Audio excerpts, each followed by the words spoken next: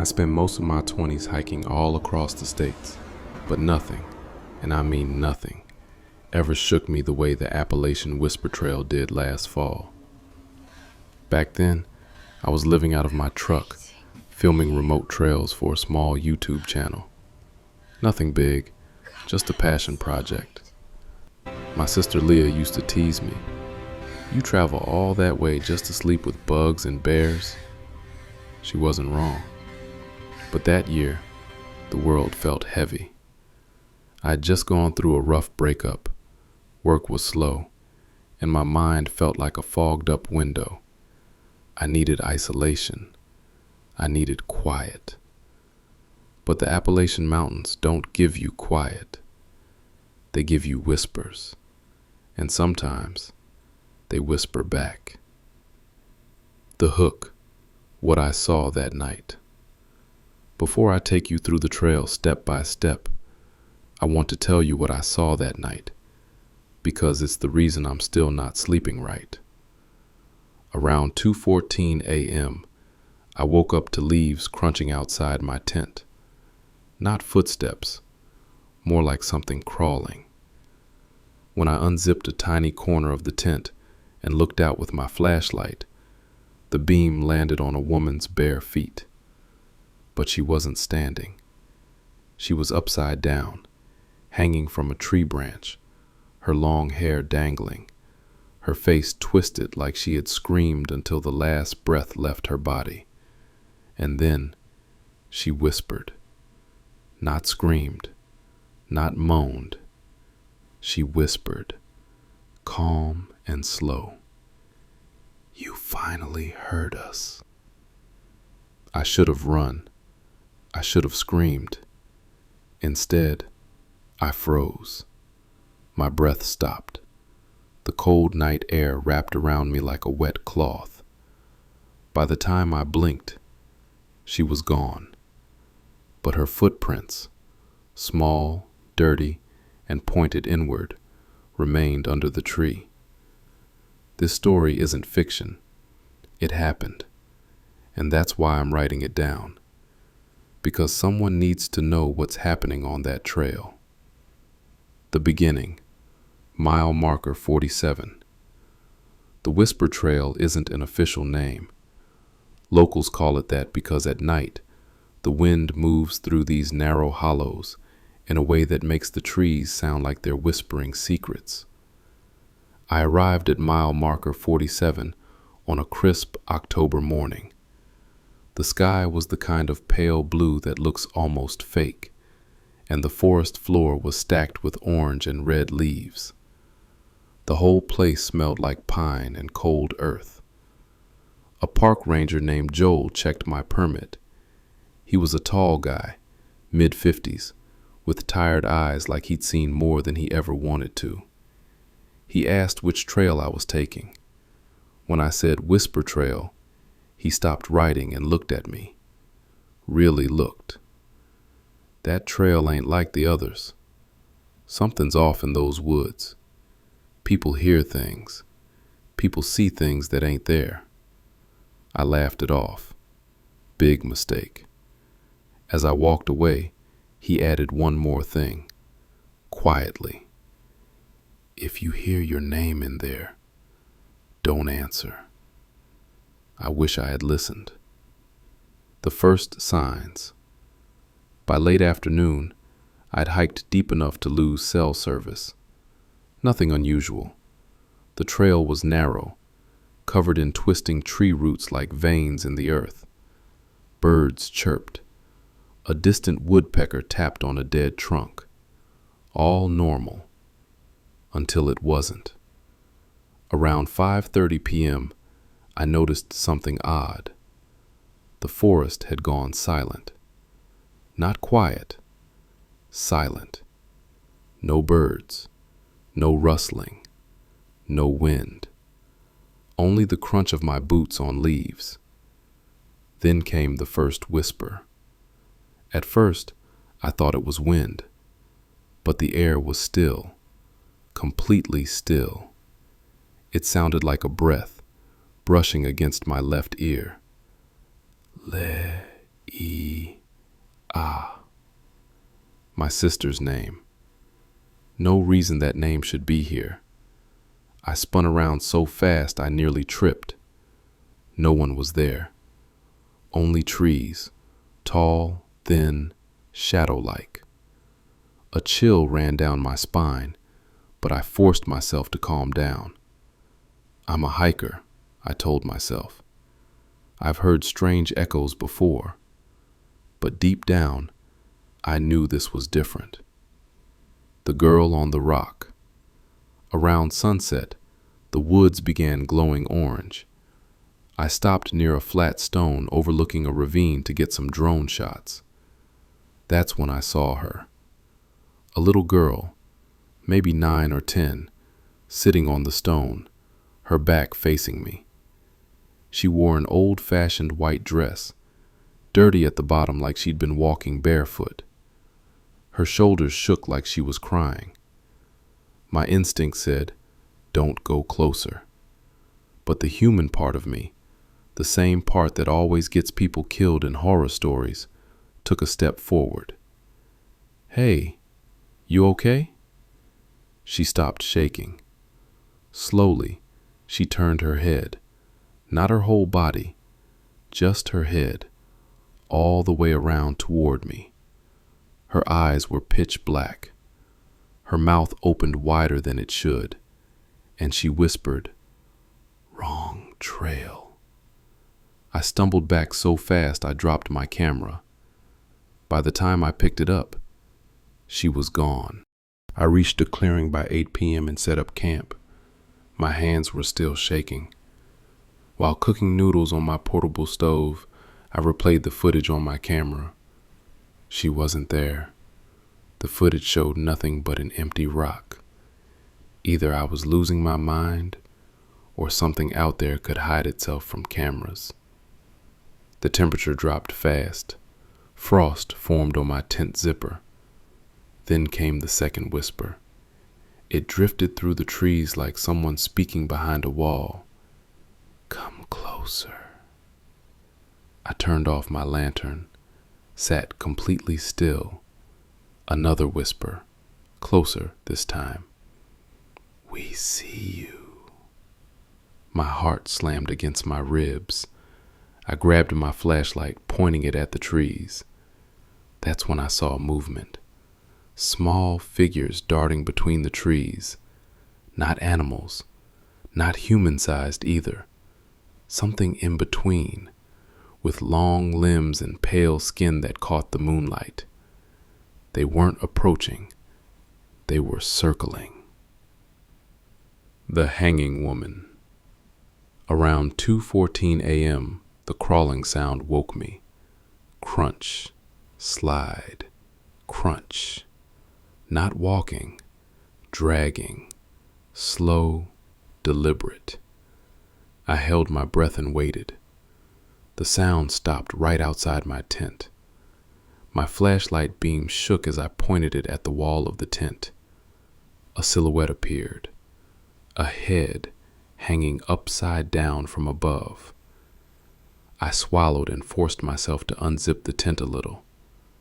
What I saw, I won't ever forget. A woman, suspended upside down by her legs, twisted unnaturally around a branch like she'd been tied by something invisible.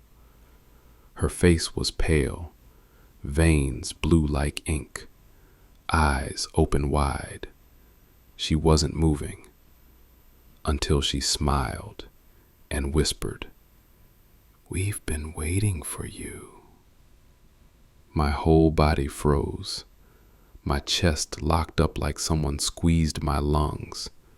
When I blinked, she was gone, but her footprints stayed. Small, dirty, pointed inward, just like the girl's. I didn't sleep after the hanging woman vanished. Hell, I didn't even blink unless I had to. My tent felt like paper, thin, useless, stupid. Every minute I expected those whispers to push through the fabric and wrap around my throat. By sunrise, I had made my decision. I was getting off that trail, No footage, no drone shots, just survival. But the Appalachian woods, they don't let you leave. The warning I never understood. As soon as the first rays of light hit the trees, I tore down my tent, threw everything into my backpack, and started hiking back the way I came. The map said mile marker 47 was only 4 miles away, but after the first hour of walking, the forest didn't change. Same twisted roots, same moss-covered stones, same fallen tree with a split trunk. I checked my GPS. No signal. Of course. But what scared me wasn't the lack of signal. It was the tiny message that flashed for half a second before disappearing. Turn back. I thought it was a glitch until I heard the whisper. So close it felt like warm breath inside my ear. Don't leave. I spun around. No one, not even footprints, only the quiet. Ranger Joel's voice echoed in my head. If you hear your name in there, don't answer. At that point, I finally understood. They weren't whispering to scare me. They were whispering to see if I would obey. The woman in the clearing. Around noon, the sky turned strangely dim, like clouds had rolled in, except the sky was perfectly clear. That's when I saw her again, the woman from last night. She stood in the middle of a small clearing, upright this time, dirty white dress, hair matted, feet pointed inward. Her neck still had that unnatural twist, like it didn't fully remember how to be straight again. But it was her voice that froze me. You shouldn't run. It finds runners. Her tone wasn't angry. She sounded sad. I swallowed my fear and forced myself to speak. What are you? What do you want? She tilted her head like she was trying to remember something from a past life. We are echoes of those who answered. My stomach dropped. Answered what? She looked over my shoulder, not at me, behind me. The call. A sudden crack behind me, the sound of a branch snapping under weight, heavy weight. My entire spine stiffened. I turned slowly. The thing in the trees. At first I thought it was a deer. Then it moved, fast, too fast. A tall, gaunt shape slid between the trees, like its bones were made of wet rope. Its skin was stretched thin, almost translucent. You could see blue veins running across its chest like rivers. It had no eyes, just smooth skin where eyes should be. But its mouth was enormous, long, jagged, wide enough to bite a human head in half. It sniffed the air without a nose. The woman whispered, trembling, It hunts sound. Don't speak. Don't breathe loud. Don't run. But it was too late. The creature turned toward me, not by sight, but by sensing the heat of my breath.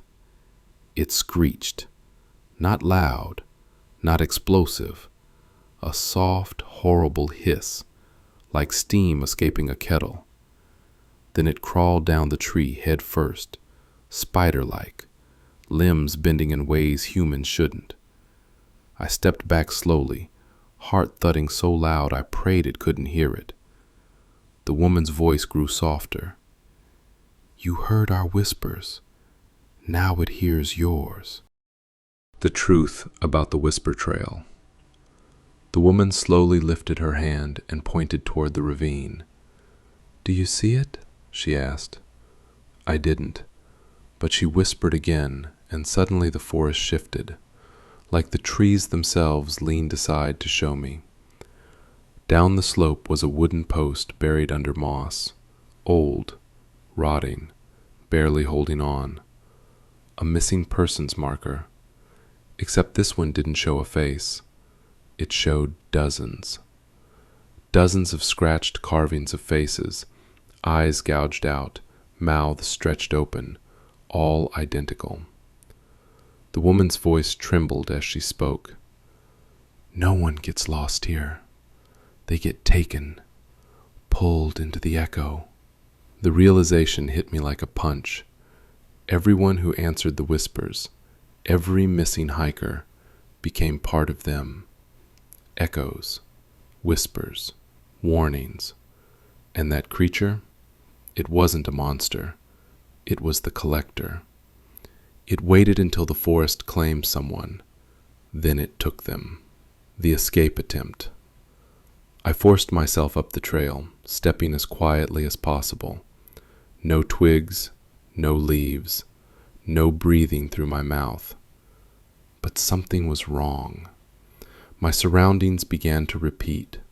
Same stump, same rock, same broken branch. The trail was looping, like the forest was rearranging itself. Whispers circled me like a carousel. Stay. Don't go.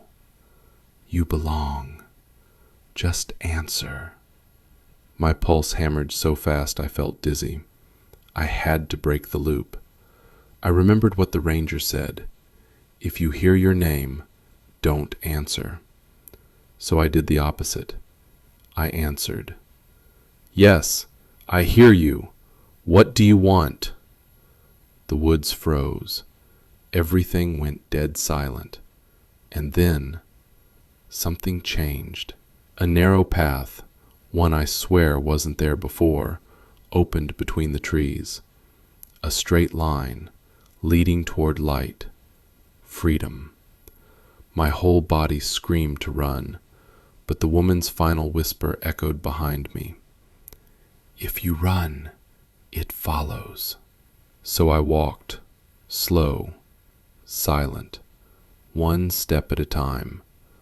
The light grew brighter, whispers softened, the cold loosened, and then I was out.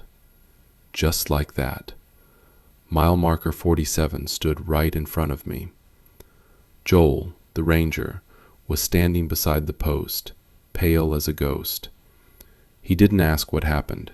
He just said, "You heard them, didn't you?" I nodded. He closed his eyes, took a shaky breath, and whispered something I'll never forget. They don't whisper to scare you. They whisper so you forget which voice is yours. The ending. The real horror. I moved out of my truck, quit hiking, quit filming trails, moved to a busy city where the only whisper you hear is traffic and drunk people fighting in alleys. But here's the part I didn't tell anyone. Sometimes, around 3 a.m., I still hear it. A soft voice behind me, warm breath brushing my ear. Leia. My sister. The name they used to bait me. And every time I hear it, I freeze. Because if I answer, even once, I know the Appalachian Whisper Trail will find me again.